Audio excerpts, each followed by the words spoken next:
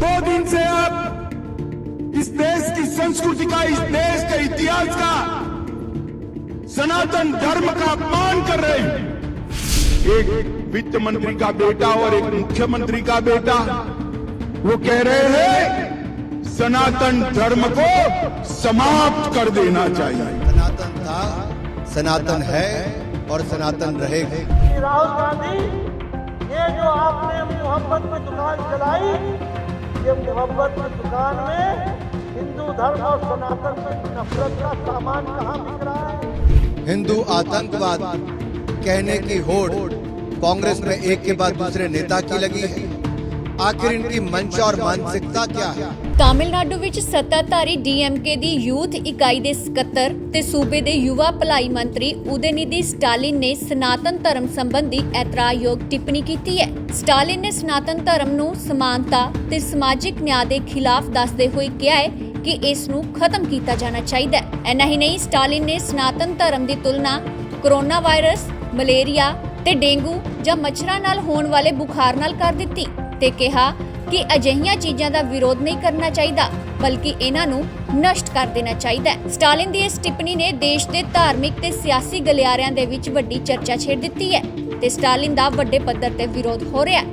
ਹਾਲਾਂਕਿ ਇਸ ਸੰਬੰਧੀ ਜਦ ਸਟਾਲਿਨ ਕੋਲੋਂ ਸਪਸ਼ਟੀਕਰਨ ਮੰਗਿਆ ਗਿਆ ਤਾਂ ਉਸਨੇ ਆਪਣੀ ਗੱਲ ਨੂੰ ਦੁਹਰਾਉਂਦੇ ਹੋਏ ਕਿਹਾ ਕਿ ਉਸਨੇ ਸਨਾਤਨ ਧਰਮ ਸੰਬੰਧੀ ਜੋ ਵੀ ਕਿਹਾ ਹੈ ਉਸ ਤੇ ਉਹ ਕਾਇਮ ਹੈ ਤੇ ਇਸ ਦੇ ਲਈ ਉਹ ਹਰ ਤਰ੍ਹਾਂ ਦੀ ਕਾਨੂੰਨੀ ਚੁਣੌਤੀ ਦਾ ਸਾਹਮਣਾ ਕਰਨ ਲਈ ਵੀ ਤਿਆਰ ਨੇ।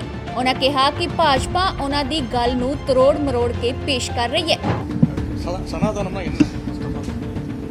இதுவே மாறக்கூடாது, எல்லாமே நிலையானது அப்படின்னு சொல்றதா சனாதனம்னா அதுக்கு ஒரு விளக்கம் சொல்றாங்க। ਇੰਨਾ ਹੀ ਨਹੀਂ, ਇਸ ਸੰਬੰਧੀ ਕਾਂਗਰਸ ਪ੍ਰਧਾਨ ਮਲਿਕਾ ਅਰਜੁਨ ਖੜਗੇ ਦੇ ਬੇਟੇ ਪ੍ਰਿಯಾಂਕ ਖੜਗੇ ਨੂੰ ਜਦ ਸਵਾਲ ਕੀਤਾ ਗਿਆ ਤਾਂ ਉਹਨਾਂ ਵੀ ਵਿਵਾਦਤ ਬਿਆਨ ਦੇ ਦਿੱਤਾ। ਪ੍ਰਿಯಾಂਕ ਨੇ ਕਿਹਾ ਕਿ ਜੋ ਧਰਮ ਸਮਾਨਤਾ ਨਾ ਦੇਵੇ ਉਹ ਧਰਮ ਨਹੀਂ ਹੈ, जो धर्म असमानता ਨੂੰ ਵਧਾਵਾ ਦੇਵੇ ਉਹ ਬਿਮਾਰੀ ਦੀ ਤਰ੍ਹਾਂ ਹੈ। Udayanidhi Stalin has said Sanatan Dharma is like dengue and malaria.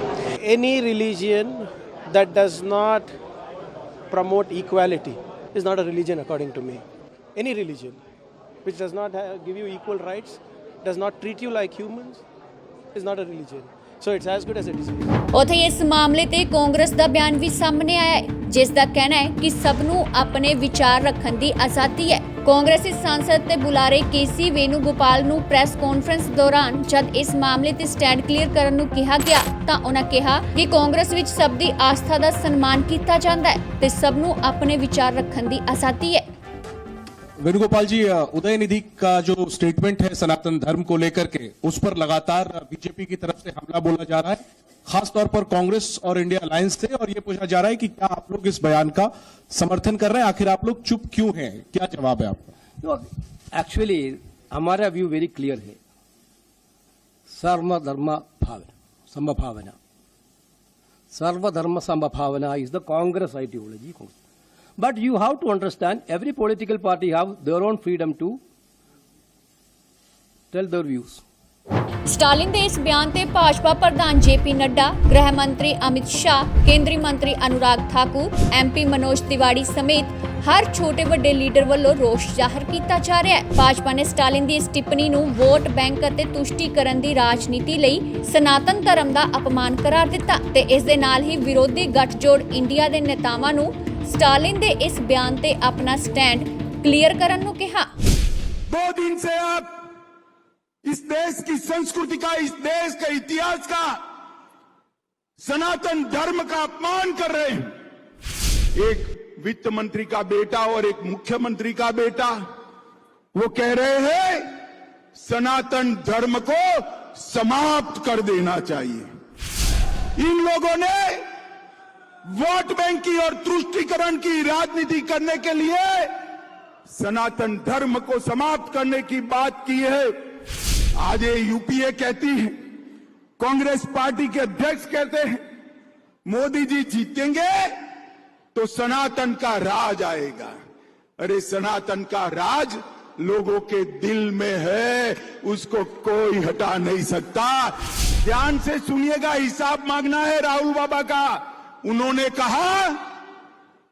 कहा कि जो हिंदू संगठन है ये लश्कर ए तोयबा से भी खतरनाक है। टेरर के साथ हिंदू का नाम जोड़ना आपको सहमत है? अभी इंडी अलायंस 2 दिन से मैं देख रहा हूं, 2 दिन से सत्ता आपको चाहिए, मगर किस कीमत पर सत्ता चाहिए? 2 दिन से आप इस देश की संस्कृति का, इस देश के इतिहास का, सनातन धर्म का अपमान कर रहे हैं। सनातन को कुचलने की हसरत वाले कितने ही खाक हो गए, हिंदुओं को मिटाने के ख्वाब पाले कितने ही राख हो गए। सुनो घमंडिया गठबंधन के घमंडियों, तुम और तुम्हारे मित्र रहे ना रहे, सनातन था, सनातन है और सनातन रहेगा। ये बार बार प्रयास घमंडिया गठबंधन के एक के बाद दूसरे नेता ने किया है हिंदुओं पर वार करने का, चाहे वो शब्दों से हो, बम से हो या उनको कुचलने की बात हो। रामनामी का जुलूस अगर बंगाल में निकलता है तो बम और गोली चलाई जाती है। बिहार में रामायण पर और मां सीता पर अपशब्द कहने वाले और यूपी में ये घमंडिया गठबंधन के नेता नहीं थकते। हिंदू आतंकवाद कहने की होड़ कांग्रेस में एक के बाद दूसरे नेता की लगी है। आखिर इनकी मंशा और मानसिकता क्या है? ये राजनीति के लिए इतना नीचे गिर जाएंगे कि सनातन धर्म को खत्म करने की बात करेंगे, हिंदुओं को कुचलने की बात करेंगे, हिंदू आतंकवाद की बात कहेंगे। ये दिखाता है कि ये ध्रुवीकरण करके राजनीतिक लाभ उठाना चाहते हैं, लेकिन देश की जनता इनका असली चेहरा जानती है, इनको सही ठिकाने पर पहुंचाएगी। पूरे देश से इस गठबंधन के नेताओं को माफी मांगनी चाहिए। खड़गे जी हो, राहुल गांधी जी हो, सोनिया जी हो, बाकी राजनीतिक दलों के नेता हो, इनको पूरे देश से और हिंदू समाज से माफी मांगनी चाहिए। देश इनको माफ नहीं करेगा। मैं ये इंडी अलायंस और घमंडिया गठबंधन से सवाल पूछना चाहता हूं। पहला सवाल, मुझे जवाब चाहिए और देश को जवाब चाहिए कि जो उदयनिधि स्टालिन ने कहा है वो इंडी अलायंस का और घमंडिया गठबंधन का रणनीति का, राजनीति का हिस्सा है। क्या वह रणनीति बनी है और क्या आपने मुंबई में यह रणनीति बना करके आप उतरे हैं? और मेरा दूसरा सवाल है कि क्या आप आने वाले चुनाव में आप सनातन धर्म को समाप्त करने की राजनीति के मुद्दे को लेकर के जनता के बीच में जाने वाले हैं?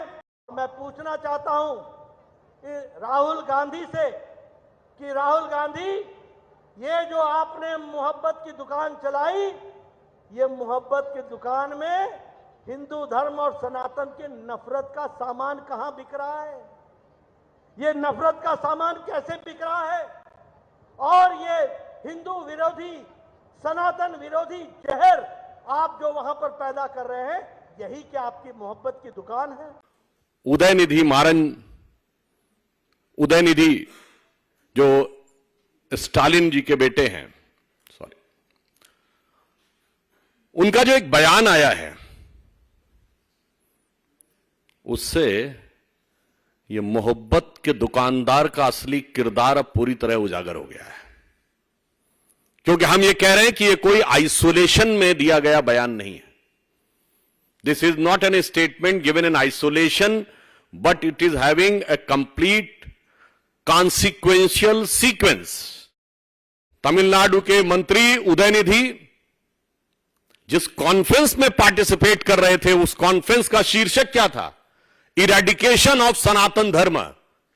यह कोई बाई चांस मुंह से निकला बयान नहीं था, यह बाकायदा एक कॉन्फ्रेंस हो रही है जिसका शीर्षक है इरेडिकेशन ऑफ सनातन धर्म। हिंदी में कहेंगे सनातन धर्म का समूल नाश। इरेडिकेशन की हिंदी हुई सनातन धर्म का समूल नाश। और ऐसा भी नहीं कि वो सीधे बयान दे रहे थे, आप सबने वो क्लिप देखी होगी, पढ़ रहे थे कागज से। इसका मतलब it was well thought after, well written, with a proper design, with a proper conclusion. Mumbai में आपकी बैठक खत्म होती है और 24 घंटे के अंदर आप ये बोल देते हैं कौन सी योजना बनाई थी आपने। और जब आप किसी समुदाय, किसी संस्कृति के समूल नाश की बात करते हैं तो मैं कहना चाहूंगा unequivocally and technically it is the case of hate speech.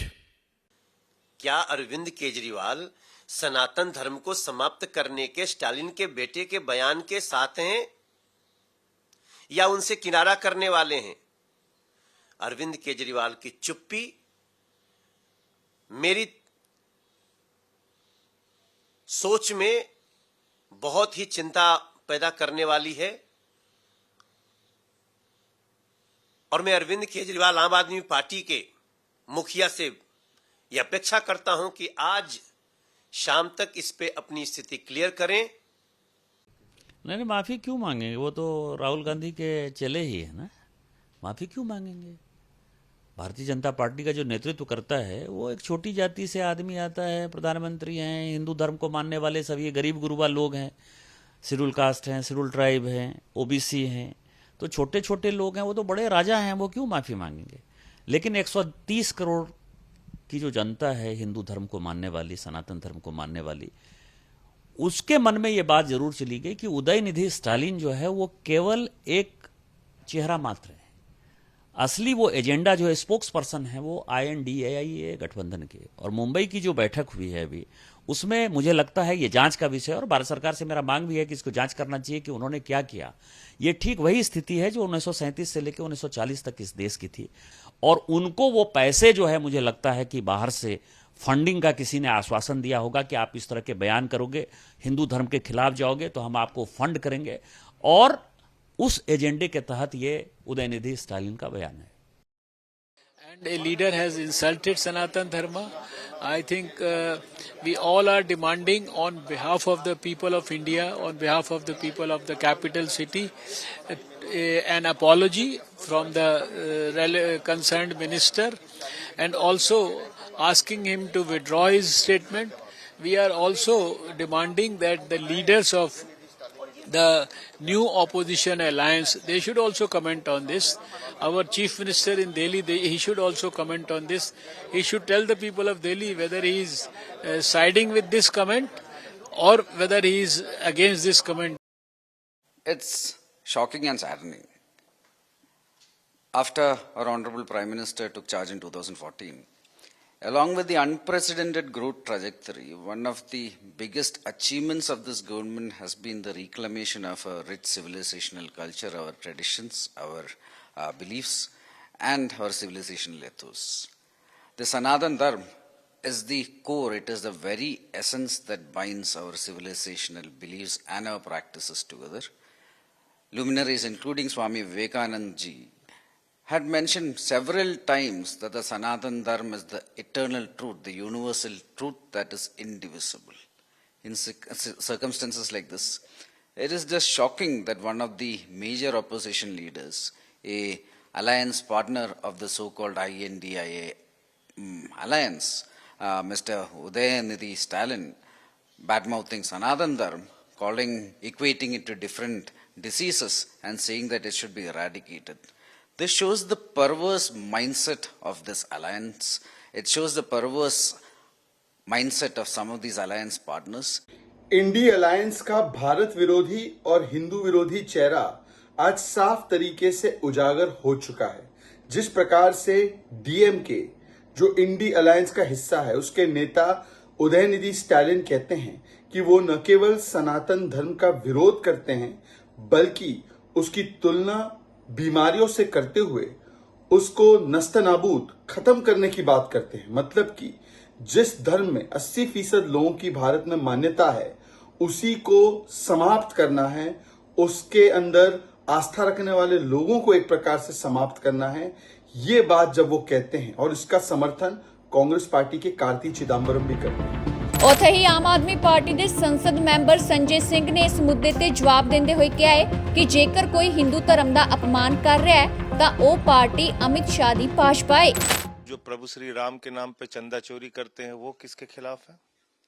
जो सीता मैया को टेस्ट ट्यूब बेबी कहते हैं दिनेश शर्मा जी उप मुख्यमंत्री रहते हुए उत्तर प्रदेश के, वो हिंदुओं के खिलाफ नहीं है। जो बजरंग बली जी की तुलना योगी आदित्यनाथ जी आदिवासी और दलित से करते हैं, भगवान की भी जाति खोज रहे हैं, वो हिंदू धर्म का अपमान नहीं है। शिवराज सिंह ने नरेंद्र मोदी जी की तुलना प्रभु श्री राम से कर दी और अमित शाह की तुलना कर दी बजरंग बली जी से, हिंदू धर्म का अपमान नहीं है।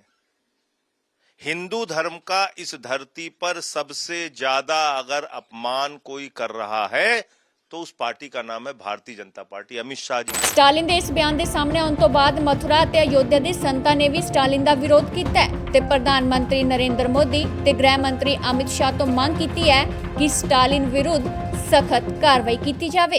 सनातन धर्म जो है आदि धर्म है और वर्तमान में समय है और अंत तक रहेगा। इसमें किसी के क्षमता नहीं है कि इसको समाप्त करे। तो वो जो कह रहे हैं सनातन धर्म समाप्त करने का, तो यह उनके क्षमता नहीं है, न किसी में न क्षमता है। कि सनातन धर्म अखंड है, अनादिकाल से चला आ रहा है। इसको खत्म करने वाले चले गए, मर गए, उनकी पीढ़ियां खत्म हो गई हैं। इनका समूल नाश खत्म हो जाएगा जो सनातन धर्म को खत्म करने की जो बात करते हैं। और ये भारत में क्या पूरे विश्व में कोई भी ऐसा जीव नहीं है जो सनातन धर्म की पैदाइश न हो। वो सब सनातन धर्मी है, उनके हृदय में सनातन धर्म है, सब ऋषियों की संतान है। माननीय गृह मंत्री जी प्रधानमंत्री जी से निवेदन करते हैं कि ऐसे व्यक्ति के खिलाफ सख्त कार्रवाई हो, तत्काल उसको जेल में बंद किया जाए। इनकी मानसिक विकृति इतनी बेकार हो चुकी है कि इनका इलाज सिर्फ ईश्वर ही करता है और ऐसे लोगों का संहार भी ईश्वर ही करता है। ये लोग कोरोना काल को भूल चुके हैं और सनातन संस्कृति के ऊपर बार बार प्रहार करके सिर्फ राजनीतिक स्टंट या टीआरपी पाना चाहते हैं। ऐसे लोगों की मानसिकता को ईश्वर ही दंड देगा और बहुत जल्द ऐसे लोगों को राजनीतिक हानि जनता वोट के रूप में जवाब देगी। उदयनिधि स्टालिन हमारे सनातन धर्म को डेंगू और मलेरिया की तरीके से बताते हैं और इसका विरोध ही नहीं करना चाहते, बल्कि सनातन धर्म को सारी दुनिया से मिटाना चाहते हैं, समाप्त करना चाहते हैं। हालांकि उनका ये सपना कभी पूरा नहीं हो सकता। मगर चिंताजनक बात यह है कि ये एक अंतर्राष्ट्रीय षड्यंत्र है, क्योंकि हमारा भारत अब विश्व गुरु बनने की राह पर है और विश्व गुरु अगर भारत बनता है तो उसके पीछे सनातन धर्म ही होगा।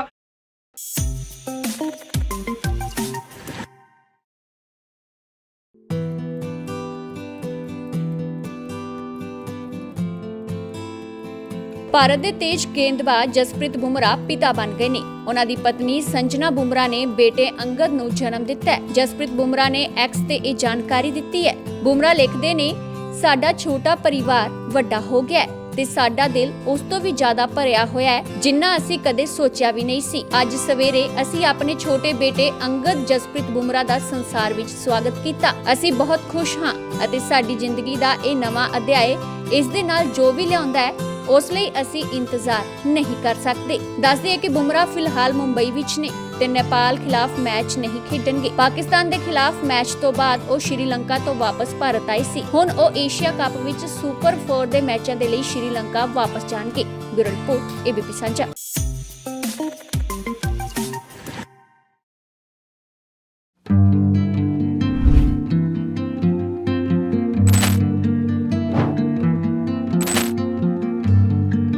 ਸ਼੍ਰੀ ਹਰਮੰਦਰ ਸਾਹਿਬ ਦੇ ਲੰਗਰ ਹਾਲ ਵਿਖੇ ਨੌਜਵਾਨਾਂ ਲਈ ਵਿਸ਼ੇਸ਼ ਮੁਹਿੰਮ ਚਲਾਈ ਜਾ ਰਹੀ ਹੈ।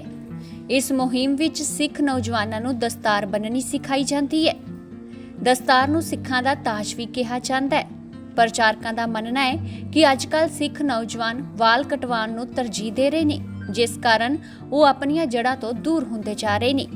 ਇਸ ਗੱਲ ਨੂੰ ਧਿਆਨ ਵਿੱਚ ਰੱਖਦੇ ਹੋਏ ਤੇ ਨੌਜਵਾਨਾਂ ਨੂੰ ਦਸਤਾਰ ਦੀ ਮਹੱਤਤਾ ਦੱਸਣ ਦੇ ਲਈ ਉਹਨਾਂ ਨੂੰ ਦਸਤਾਰ ਬੰਨ੍ਹਣੀ सिखाने की मुहिम शुरू की गई है। हमने एक कार्य शुरू किया, दस्तार स्वाभिमान लहर।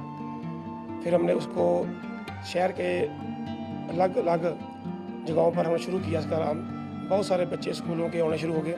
फिर उसके बाद हमने इसको कॉलेजों में जाना शुरू किया। फिर हमने जहाँ इसको शुरू किया सेंटर को, वो जो सेंटर है इसको पिछले कम से कम 9 साल से ये कंटिन्यू कार्य कर रहा है। ਕੈਂਪ ਵਿੱਚ ਹਿੱਸਾ ਲੈਣ ਵਾਲੇ ਸਿੱਖ ਨੌਜਵਾਨਾਂ ਦੀ ਗਿਣਤੀ ਹੌਲੀ-ਹੌਲੀ ਵੱਧ ਰਹੀ ਹੈ। ਉਹ ਦਸਤਾਰ ਬੰਨ੍ਹਣ ਦੇ ਨਵੇਂ ਤਰੀਕੇ ਸਿੱਖ ਕੇ ਬੇहद खुश नजर आ रहे हैं। मैं यहाँ से 6 महीने से आ रहा हूँ और मैं कहना चाहता हूँ कि यहाँ पर सभी जिन्होंने बाल कटाए वो यहाँ पर आए, क्योंकि हमारे गुरुजी ने हमें यही सिख इतिहास का जुड़ने के लिए कहा है। कितनी तरह की दस्तार आप सजाने हैं? मुझे 5-6 सेत की दस्तार सिखानी आती है। ਵੱਧ ਤੋਂ ਵੱਧ ਲੋਕ ਇਸ ਮੁਹਿੰਮ ਨਾਲ ਜੁੜ ਰਹੇ ਨੇ। ਮੁਹਿੰਮ ਚਲਾਉਣ ਵਾਲੇ ਵੀ ਇਸ ਨੂੰ ਚੰਗਾ ਨਤੀਜਾ ਮੰਨ ਰਹੇ ਨੇ।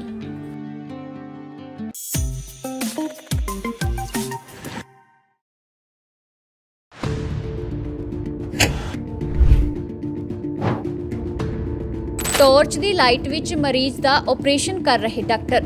ਤਸਵੀਰਾਂ ਸਾਹਮਣੇ ਆਈਆਂ ਨੇ ਆਂਧਰਾ ਪ੍ਰਦੇਸ਼ ਤੋਂ, ਜਿੱਥੇ ਬਿਜਲੀ ਕੱਟਾਂ ਤੋਂ ਨਾ ਸਿਰਫ ਆਮ ਲੋਕ ਬਲਕਿ ਹਸਪਤਾਲਾਂ ਦੇ ਵਿੱਚ ਡਾਕਟਰ ਤੇ ਮਰੀਜ਼ ਵੀ ਪਰੇਸ਼ਾਨ ਨੇ। ਪਾਰਵਤੀਪੁਰਮ ਜ਼ਿਲ੍ਹੇ ਦੇ ਮਾਨਿਅਮ ਪਿੰਡ ਦੇ ਸਰਕਾਰੀ ਹਸਪਤਾਲ ਦੇ ਹਾਲਾਤ ਇਹ ਨੇ ਕਿ ਬਿਜਲੀ ਕੱਟਾਂ ਦੇ ਕਾਰਨ ਡਾਕਟਰਾਂ ਨੂੰ ਟਾਰਚ ਦੀ ਰੋਸ਼ਨੀ ਦੇ ਨਾਲ ਮਰੀਜ਼ਾਂ ਦਾ ਇਲਾਜ ਕਰਨਾ ਪੈ ਰਿਹਾ ਹੈ। ਸੋਸ਼ਲ ਮੀਡੀਆ ਤੇ ਇਹ ਵੀਡੀਓ ਵਾਇਰਲ ਹੋਣ ਤੋਂ ਬਾਅਦ ਆਂਧਰਾ ਪ੍ਰਦੇਸ਼ ਦੇ ਸਾਬਕਾ ਮੁੱਖ ਮੰਤਰੀ ਐਨ ਚੰਦਰਬਾਬੂ ਨਾਇਡੂ ਨੇ ਟਵੀਟ ਕਰਕੇ ਮੌਜੂਦਾ ਸਰਕਾਰ ਨੂੰ ਘੇਰਿਆ ਹੈ। ਨਾਇਡੂ ਨੇ ਲਿਖਿਆ ਹੈ ਕਿ ਕੁਰੂਪਮ ਤੋਂ ਸਾਹਮਣੇ ਆਈਆਂ ਤਸਵੀਰਾਂ ਨੇ ਡਰਾ ਦਿੱਤਾ ਹੈ। ਬਿਜਲੀ ਕੱਟਾਂ ਕਾਰਨ ਆਂਧਰਾ ਪ੍ਰਦੇਸ਼ ਦੇ ਵੱਖ-ਵੱਖ ਖੇਤਰਾਂ ਵਿੱਚ ਭਾਰੀ ਸਮੱਸਿਆਵਾਂ ਪੈਦਾ ਹੋ ਰਹੀਆਂ ਨੇ, ਜਿਨ੍ਹਾਂ ਵਿੱਚ ਘਰ, ਖੇਤੀਬਾੜੀ ਤੇ ਉਦਯੋਗ ਸ਼ਾਮਲ ਨੇ। ਹਾਲਾਤ ਇਹ ਨੇ ਕਿ ਬਿਜਲੀ ਕੱਟਾਂ ਤੋਂ ਪਰੇਸ਼ਾਨ ਲੋਕ ਵਿਰੋਧ ਦੇ ਵਿੱਚ ਸੜਕਾਂ ਤੇ ਉਤਰ ਆਏ ਨੇ। ਬਿਊਰੋ ਰਿਪੋਰਟ ABP ਸਾਂਝਾ।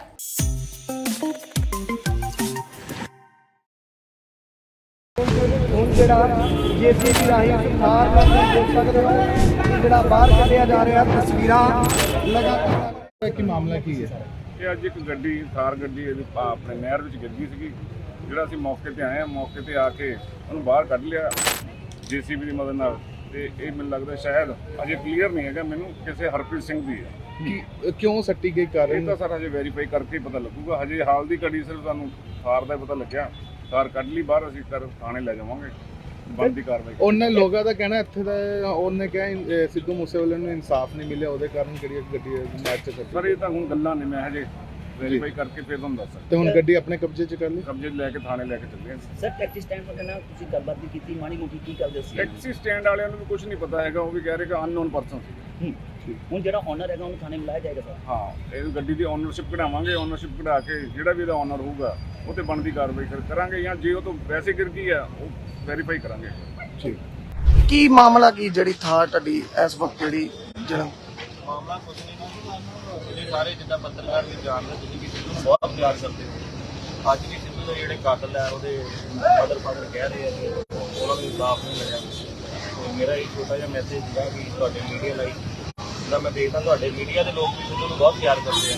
ਮੁੰਡਿਆਂ ਨੇ, ਮੀਡੀਆ ਦੇ ਮੁੰਡਿਆਂ ਨੇ ਵੀ ਗਾਣੇ ਲਾਏ ਆਪਣੇ ਸਿੱਧੂ ਦੇ। ਤੁਸੀਂ ਰਲ ਕੇ ਸਾਡਾ ਸਾਥ ਦਿਓ ਤਾਂ ਕਿ ਜਿਹੜੇ ਸਿੱਧੂ ਦਾ ਕਾਤਲ ਹੈ ਉਹਨਾਂ ਨੂੰ ਜਲਦ ਤੋਂ ਜਲਦ ਹੀ। ਸਰ ਜਿਹੜਾ ਤਰੀਕਾ ਤੁਸੀਂ ਅੱਜ ਅਪਣਾਇਆ ਵਾ, ਤੁਹਾਨੂੰ ਲੱਗਦਾ ਇਹਦੇ ਨਾਲ ਉਹਨੂੰ ਇਨਸਾਫ ਮਿਲ ਜਾਏਗਾ ਜੀ? ਤੁਸੀਂ ਬਿਹਤਰ ਜਾਣਦੇ ਹੋ, ਮੀਡੀਆ ਮੇਰੇ ਤੋਂ ਬਿਹਤਰ ਤੇ ਸਰ ਜਿੱਦਾਂ ਪਾਣੀ ਦਾ ਬਹਾਵ ਹਰ ਪਾਸਿਓਂ ਸਤਰ ਤੇਜ਼ ਹੋਇਆ ਪਿਆ, ਜੇ ਗੱਡੀ ਨੂੰ ਕੋਈ ਨੁਕਸਾਨ ਵਗੈਰਾ ਇੱਥੇ ਹੁੰਦਾ ਜੀ? ਜਾਂ ਤੁਹਾਨੂੰ ਕੋਈ ਨੁਕਸਾਨ ਹੋ ਜਾਂਦਾ? ਜੇ ਗੱਡੀ ਨੂੰ ਕੋਈ ਨੁਕਸਾਨ ਹੋ ਜਾਂਦਾ? ਨਹੀਂ, ਕਿਸੇ ਹੋਰ ਦਾ ਜਾਨੀ ਨੁਕਸਾਨ ਹੋ ਜਾਂਦਾ। ਨਹਿਰ 'ਚ ਬੱਚੇ ਵੀ ਨਹਾ ਰਹੇ ਆ। ਬੱਚੇ ਸਾਰੇ ਆਪਣੇ ਹੀ ਨੇ ਸਾਰੇ। ਨਹੀਂ ਚਲੋ ਆਪਣੇ ਨੇ, ਆਪਣੇ ਵੀ ਆਪਣਿਆਂ ਦਾ ਨੁਕਸਾਨ ਹੋ ਜਾਵੇ, ਨੁਕਸਾਨ ਤਾਂ ਨੁਕਸਾਨ ਹੀ ਹੈ ਜੀ। ਭਾਈ ਜੇ ਗੱਡੀ ਦਾ ਨੁਕਸਾਨ ਹੋ ਜਾਂਦਾ? ਗੱਡੀ ਨਵੀਂ ਆ ਜੀ। ਸਿੱਧੂ ਨਹੀਂ ਆਇਆ ਵਾਪਸ, ਤੇ ਗੱਡੀਆਂ ਤੇ ਛੋਟੀਆਂ ਚੀਜ਼ਾਂ ਦੇਖੋ। ਸਿੱਧੂ ਦੀ ਗੱਡੀ ਤੇ ਕਿੰਨੀਆਂ ਗੋਲੀਆਂ ਵੱਜੀਆਂ, ਉਹ ਵੀ ਥਾਰ ਹੀ ਸੀ। ਅੱਛਾ, ਉਹਨਾਂ ਨੂੰ ਇਨਸਾਫ ਦਿਵਾਉਣ ਵਾਸਤੇ ਜਿਹੜੀ ਤੁਸੀਂ ਆਪਣੀ ਥਾਰ ਜਿਹੜੀ ਥਾਰ ਹੈ ਤੁਸੀਂ ਆਪਣੀ ਮਰਜ਼ੀ ਨਾਲ ਹੀ ਨਹਿਰ ਦੇ ਵਿੱਚ ਪਾਈ ਹੈ? ਮੈਂ ਆਪਣੀ ਮਰਜ਼ੀ ਨਾਲ ਪਾਈ। ਸਾਰੇ ਮੇਰੇ ਦੋਸਤ ਖੜੇ ਆ ਇਹਨਾਂ ਕਿੰਨਾ ਟਾਈਮ ਹੋ ਗਿਆ ਆਪਾਂ? ਇਹ ਕਿੰਨੇ ਕੁ ਵੇ ਨਾ ਜੀ ਤੁਸੀਂ ਥਾਰ ਜਿਹੜੀ ਦੇ ਵਿੱਚ ਸਿੱਧੀ ਕੋਲ? ਅੱਛਾ ਜੀ, ਅੱਧਾ ਘੰਟਾ ਹੋ ਗਿਆ।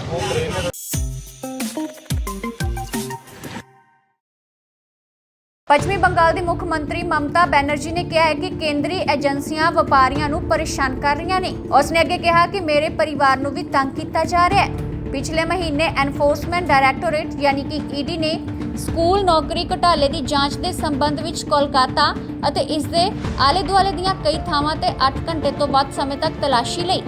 ਮਮਤਾ ਬੈਨਰਜੀ ਨੇ ਕਿਹਾ ਕਿ ਮੈਨੂੰ ਪਤਾ ਹੈ ਕਿ ਇਹ ਕੇਸ ਉਦੋਂ ਤੱਕ ਬੰਦ ਨਹੀਂ ਹੋਵੇਗਾ ਜਦੋਂ ਤੱਕ ਬਦਲਾ ਖਤਮ ਨਹੀਂ ਹੋ ਜਾਂਦਾ। ਪਿਛਲੇ ਮਹੀਨੇ ED ਦੇ ਅਧਿਕਾਰੀਆਂ ਨੇ ਘੁਟਾਲੇ ਵਿੱਚ ਗ੍ਰਿਫਤਾਰ ਕੀਤੇ ਗਏ ਸੁਜੋਏ ਕ੍ਰਿਸ਼ਨ ਭਦਰਾ ਨਾਲ ਸੰਬੰਧਿਤ ਦੱਖਣੀ 24 ਪਰਗਨਾ ਜ਼ਿਲ੍ਹੇ ਦੇ ਬਿਸ਼ਨਪੁਰ ਸਥਿਤ ਇੱਕ ਹਾਤੇ ਦੀ ਤਲਾਸ਼ੀ ਲਈ ਸੀ। ईडी इस घोटाले ਦੇ ਮਨੀ ਲਾਂਡਰਿੰਗ ਪਹਿਲੂ ਦੀ ਜਾਂਚ ਕਰ ਰਹੀ ਹੈ, ਜਿਸ ਵਿੱਚ ਸਿੱਖਿਆ ਵਿਭਾਗ ਦੇ ਕਈ ਅਧਿਕਾਰੀਆਂ ਅਤੇ TMC ਨੇਤਾਵਾਂ ਨੂੰ ਗ੍ਰਿਫਤਾਰ ਕੀਤਾ ਗਿਆ ਸੀ। ਮਮਤਾ ਬੈਨਰਜੀ ਨੇ ਕਿਹਾ ਹੈ ਕਿ ਮੈਂ ਕਿਸੇ ਤੋਂ ਇੱਕ ਪੈਸਾ ਵੀ ਨਹੀਂ ਲਿਆ, ਪਰ ਇਹ ਸਭ ਕੁਝ ਸਿਆਸੀ ਬਦਲਾਖੋਰੀ ਦੇ ਤਹਿਤ ਹੋ ਰਿਹਾ ਹੈ।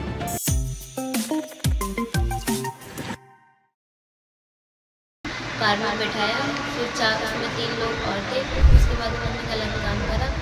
उसके बाद में मेरी बेटी को कोई होश नहीं है, क्या हुआ क्या नहीं हुआ। घिनौनी खबर सामने आई है उत्तर प्रदेश के बुलंद शहर तो, जिथे एक लड़की दे नाल समूहिक बलात्कार होया है। जानकारी मुताबक जहांगीराबाद की रहन वाली एक लड़की नूं उसदे सहपाठी ने लिफ्ट देने के बहाने गड्डी 'च बिठाया ते अपने 3 दोस्तां नाल मिल के उस नाल जबर जनाह कीता। घटना तो बाद मुलजम लड़की नूं औरंगाबाद रोड ते सुट गए। पीड़िता दे वल्लों पुलिस नूं इसकी शिकायत की गई है, जिस तो बाद पुलिस ने मामला दर्ज करके अगलेरी कार्रवाई शुरू कर दी है।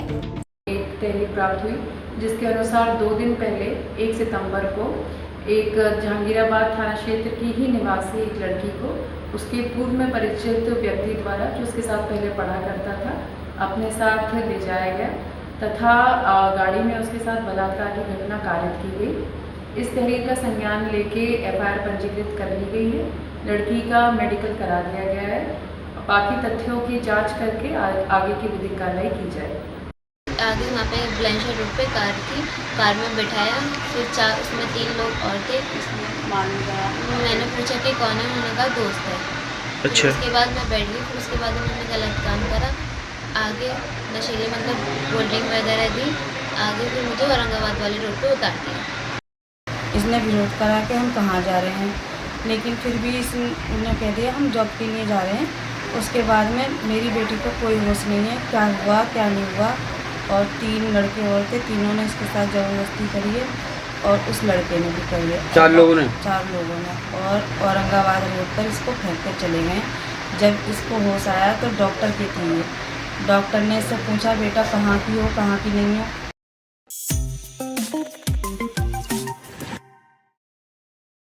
बहुत सी ऐसे पार्टियां भी हैं जो नारे लगाती हैं कि ये मुफ्त लो वो मुफ्त लो, तो मुफ्त की आदत लगाने के बजाय हमारी प्राथमिकता है कि काम करने वाले व्यक्ति को काम के लिए जो उसकी आवश्यकता है वो पूरी की जाए। इन्हीं दिनी हरियाणा के मुख्य मंत्री मनोहर लाल खट्टर ते दिल्ली के मुख्य मंत्री अरविंद केजरीवाल विचाले एक्स वार चल रही है। मुद्दा है फ्री बीज का, जिस कारण दोवें नेतावां विचकार लगातार शब्दी वार ते पलटवार हो रहे ने। बहुत सी ऐसे पार्टियां भी हैं जो नारे लगाती हैं कि ये मुफ्त लो वो मुफ्त लो, तो मुफ्त की आदत लगाने के बजाय हमारी प्राथमिकता है कि काम करने वाले व्यक्ति को काम के लिए जो उसकी आवश्यकता है वो पूरी की जाए। ये हरियाणा के सीएम खट्टर का वो बयान है जिसने सीएम केजरीवाल नूं वंगारिया। सीएम खट्टर ने कहा कि अजिहियां बहुत सारियां पार्टियां ने जो नारे लगाउंदियां ने कि ए मुफ्त ले लो ओ मुफ्त ले लो।